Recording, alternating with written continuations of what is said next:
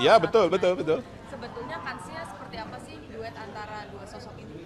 Begini, sebenarnya bukan tidak mungkin duet Anies Ahok atau Ahok Anies. Persoalannya kan secara aturan main, undang-undangnya kan tidak memungkinkan. Yang sudah pernah menjadi gubernur tidak boleh menjadi wakil gubernur.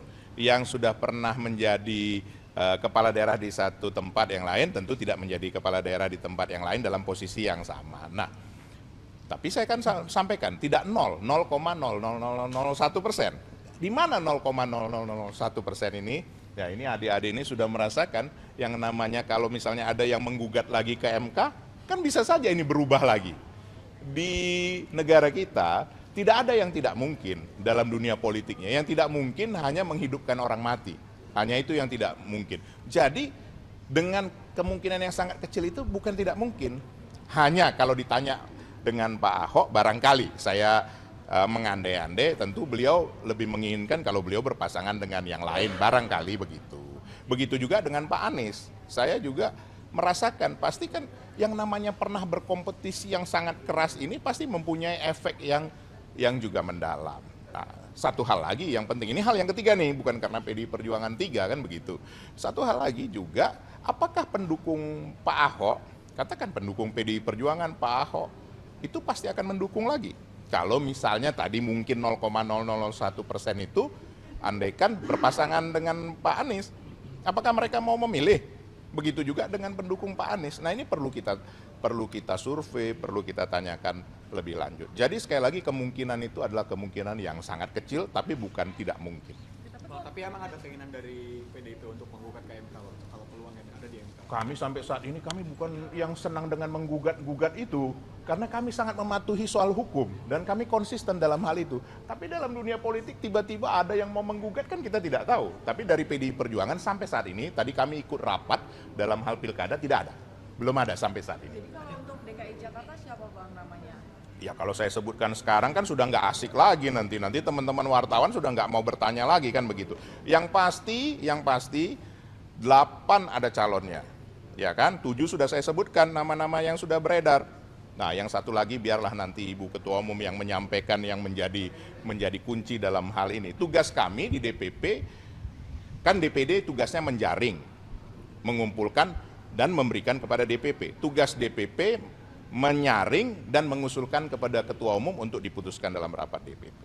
Ini PKS baru saja mengumumkan Ya. secara resmi Anies dipasangkan dengan Pak Sohibul dari tanggapan dari PDIP sendiri. Kami mengucapkan selamat, artinya itu hal yang baik. Artinya ada yang berani menyampaikan, ada yang memang ingin menyampaikan menjadi satu calon. Hanya saya sekali lagi dengan segala kerendahan hati tidak ada satu partai pun yang bisa mencalonkan sendiri. Termasuk PDI Perjuangan, termasuk PKS. Nah, tinggal bagaimana memenuhi minimum 22 kursi kalau saya tidak salah ya. Kalau PDI Perjuangan 15 perlu 7 kursi lagi. Kalau PKS kalau saya tidak salah 18 masih perlu 4 kursi lagi. Nah, ini siapa? Apakah teman-teman media bisa menyampaikan, oh satu partai lagi ini pasti? Kan belum tentu kan? Karena belum ada yang namanya keputusan final. Dan ini masih cukup lama. Teman-teman media masih nanti bulan Agustus. Tapi ada konstelasi yang berubah dari PDI Perjuangan tidak setelah melihat bahwa PKS yang berulang kali mendukung Pak Anies tapi kali ini berbeda arahnya ke Pak Anies. Ya tentu kami melihat ini sesuatu hal yang menarik, tetapi bagi kami kan konsisten bahwa kami menginginkan kader kami maju, kader kami untuk dimajukan siapapun. Apakah nanti menjadi calon gubernur ataukah menjadi calon wakil gubernur tidak masalah, itu Ibu Ketua Umum nanti yang akan memutuskan. Nah tentunya kita harus bekerja sama, tadi saya sudah ingatkan. Nah nanti dengan partai mana, inilah yang sekarang sebentar lagi kami akan komunikasikan dalam tingkat DPP. Karena yang berhak mengkomunikasikan itu ke partai lain maupun kepada calonnya adalah DPP. Dan nanti tentu ini akan kami sampaikan kepada Ibu Ketua Umum apa progresnya. Seperti itu. Ya, apa artinya PDIP menilai bahwa usulan Pak Sohibul ini sebagai cawagup Anies bukan final? Artinya masih membuka opsi lain? Bagaimana? Ya sebenarnya begini, yang dikatakan final itu kan pada saat pendaftaran di apa namanya di apa itu Adinda? KPUD ya barangkali ya, kalau di DKI KPUD. Nah itulah finalnya. Nah kalau masih katakan wacana, apalagi belum mencukupi kursinya itu tentu masih ada bisa perubahan. Jangankan itu, 1 hari sebelum pendaftaran juga masih bisa berubah. Yang namanya kalkulasi politik kan bukan kalkulasi sekedar matematika biasa, tetapi banyak yang diperhitungkan. Kenapa rekan-rekan media ini penting sekali bagi seluruh partai, terutama memajukan kadernya. Karena ini sekali 5 tahun. Tidak ada lagi nanti dalam tahun depan, 2 tahun, 3 tahun lagi. Dan siapapun yang menjadi kader nanti yang terpilih, katakan dalam asumsi kita memenangkan, itu penting sekali dalam pemenangan pileg dan pilpres yang akan datang. Kita harus jujur mengakui itu, bahwa itu sangat berpengaruh. Tapi juga sebagai partai yang sebenarnya juga ingin mendukung Pak Anies di dalam besok begitu, apakah PDIP melihat bahwa ini adalah ada satu cara Apa ada kira-kira dari rekan-rekan media sudah pasti dari PDI Perjuangan mendukung seseorang? Kan belum ada kan? Kalau asumsi-asumsi pribadi kan sah-sah saja. Tapi itu kan asumsi pribadi.